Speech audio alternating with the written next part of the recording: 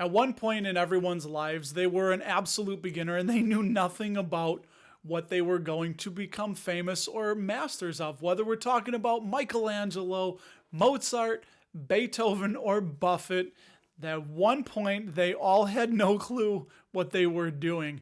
But they learned a lot of lessons along the ways. They had mentors, they had people show them the ropes. Teach me. I can do it. Hey, what's up? I'm Russ, and this is my channel, Dapper Dividends. Now, I am 44 years old. I've been a dividend growth investor for some years now, and I wish I knew some of these really simple tips and tricks, and I understood them and applied them to what I was doing. Would have saved me a little bit of time and some mistakes. Oh, and by the way, that bridge portfolio you see on the board, you can head over to dapperdividends.com, click on my portfolio, and click on bridge account, and you can see what we got going on there. Number one is to know your goal. You should write down your goal. Make sure it's easy and clear to understand, because if you were to go out on a trip with no map, no intention or direction, then any direction you go will get you to your destination, but when you get to your destination, you may not like where you end up. So make sure you have a personalized goal for you. What do you want?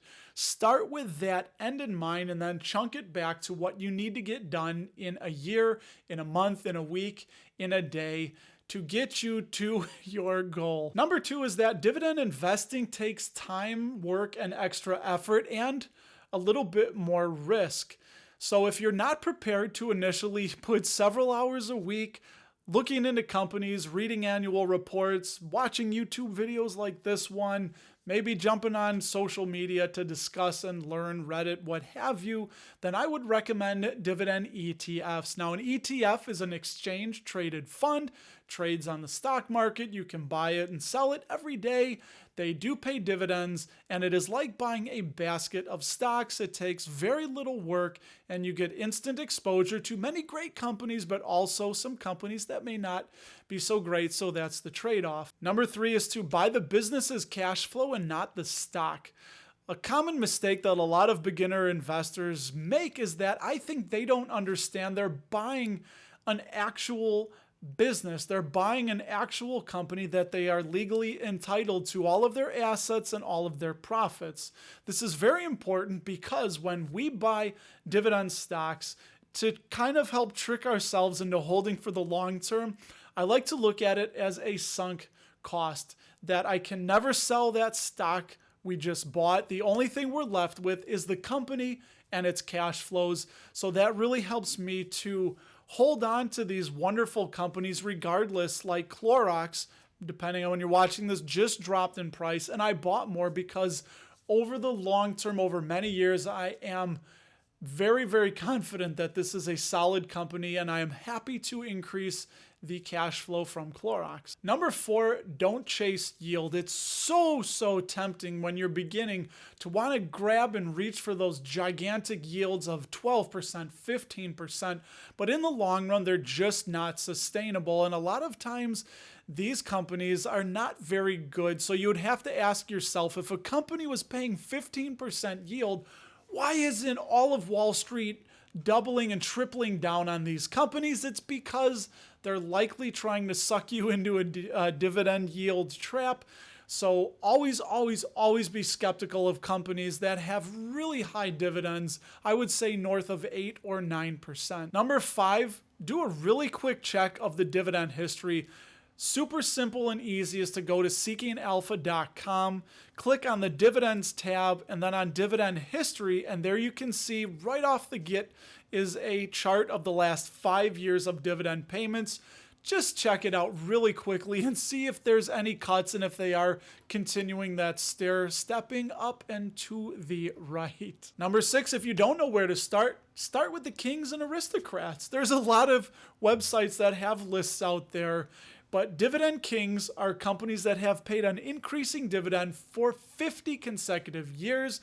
Dividend Aristocrats have paid an increasing dividend annually for 25 years. And then Dividend Achievers are kind of the new kids on the block. They've been paying an increasing dividend consecutively for 10 years.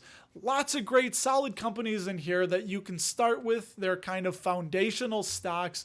Now, a lot of the kings and aristocrats, you're not going to get a lot of capital appreciation in the short term. It's not going to have explosive growth. These are big mature companies bringing in lots of cash, more cash than they need, and returning it to us, the shareholders, in the form of those dividends. Number 7, always reinvest your dividends. So there's 2 ways to do this. That's either through DRIP or through target allocation. The first up, DRIP, Dividend Reinvestment Plan.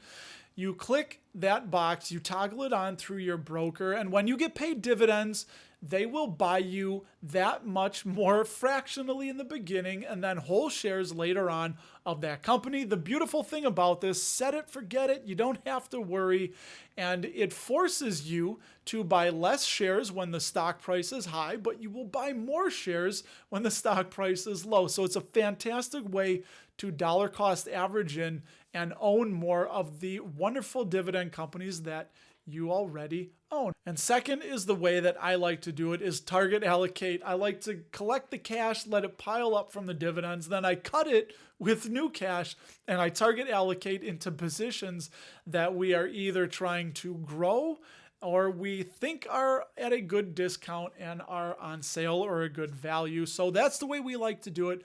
We like to let the dividends collect. Number 8, always check the free cash flow payout ratio. It's my favorite metric to check to make sure that they're able to pay that dividend from cash that's available. Now, the free cash, simply and easily put, is the money that's left over after the company pays the bills and what's used to keep the business running. Now, this can be used for dividends, mergers and acquisitions. They can buy back shares. They can do all kinds of things with their free cash flow. So you always want to make sure that there is more free cash flow than dividends being paid out. Now, there's many ways to do this, but one easy way that I'm going to give you, click the link in the description below. For our Microsoft example here, you can go to financecharts.com and see really quickly what the current free cash flow payout ratio is. Now, in my opinion, and a lot of others in the dividend growth investing community, we like to see free cash flows under 70%. Some set that bar at 60%. Now, it also depends on the industry because tobacco companies, the sin stocks, have a higher cash flow payout ratio. Sometimes about 80% is the norm. Oh, and also REITs. Do keep in mind this isn't a good metric to use for REITs. Now, it's not we're going to get into in this video, but they use funds from operations. It's a completely different metric. They have to pay out 90% of their earnings in the form of a dividend. And why do I use, speaking of earnings, I like free cash flow ratio because you don't mess with free cash flow where earnings per share can be massaged and manipulated by accountants. And we would much rather use free cash flow payout ratio. Number 9, buy with a margin of safety in mind. Maybe.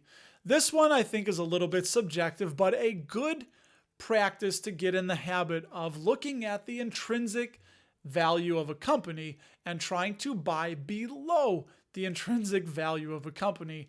Now, what is the intrinsic value of a company? Well, the theory is that the value of a company is the sum of all future cash flows that the company will generate discounted back to today. I have another free tool. Now, you do need to sign up to use this a few times, but you can get the flavor of it on Alpha Spread.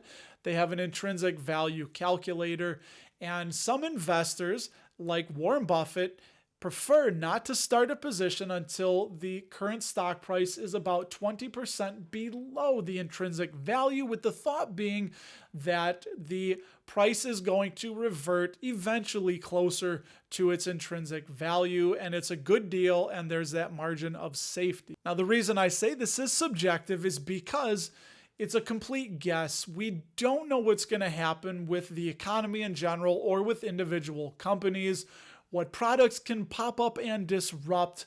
So this is a guess based on assumptions of what they're going to generate in the future. Now, it's a good educated guess, but again, if I have a good company like PepsiCo that I want to hold for a couple decades, well, if I expect them to keep doing well for many, many years, then their stock price is going to follow, because companies that are solid, making products and services that the world needs and uses, then their company value is just going to increase. So sometimes I pay up for quality, and I know that in 10 years, this will probably look like a good deal right now. Number 10, accept that you will make mistakes, and I would encourage you to make mistakes early and often, because you really learn. They say the worst thing to do and have happen to you is to be very successful right in the beginning, because you're lulled in that false sense of security that you know what you're doing, when in all likelihood and probability it was luck. And we all run into those streaks of luck. But what I like to say is that the first time it's a mistake, the second time it's a choice, and we don't want to choose to repeat those mistakes. And learning from your mistakes is the only thing that we truly have control of to be better investors and better people. And when we learn from our mistakes, we are better than we were yesterday. And that's really the name of the game. Be better than you were yesterday. Giddy up. What's your favorite investing tip or trick? What's gotten you through the rough times? What did you learn as a dividend investor, a dividend growth investor? Let everybody know in the comments below, because you know where the comments go. And I hope you will check out this video on our top 11 dividend ETFs. And I will talk to you in that video.